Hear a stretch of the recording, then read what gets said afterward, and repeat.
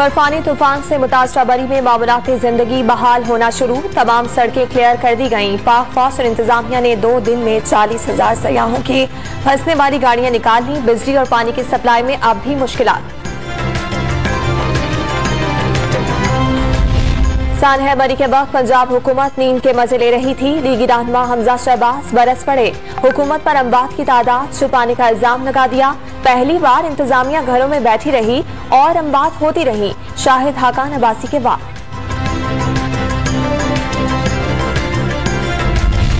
गिलगित बल्तिस्तान में बर्फबारी से आबादियां ढक गई हैं। सोर और निगर के इलाके में तोदे गिरने से सड़कें बंद, शहरी घरों में महसूस।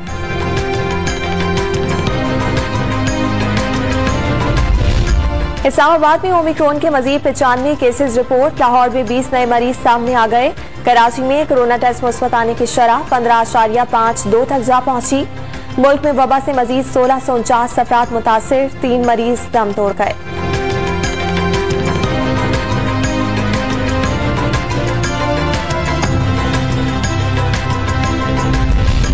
मोदी सरकार का इंतहा पसंद एजेंडा खित्ते के अमन के लिए हकीकी खतरा। हिंदुत्व इजलास पर खामोशी सवालिया निशान।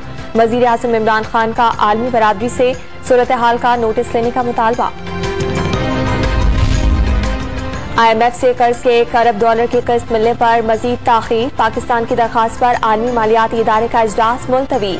छठे जायजे की मंजूरी के लिए बैठक जनवरी के आखिर में लगेगी। तर्जुमान वजारत खजाना का एलामिया।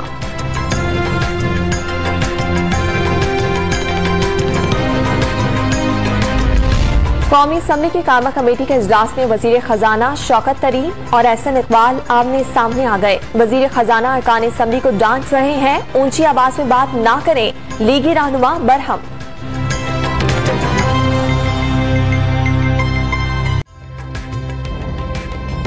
ताज़ा तरीन वीडियोस के लिए हमारा YouTube चैनल सब्सक्राइब करके बेल आइकन प्रेस कीजिए ताकि आपको मिले हर अपडेट सबसे पहले।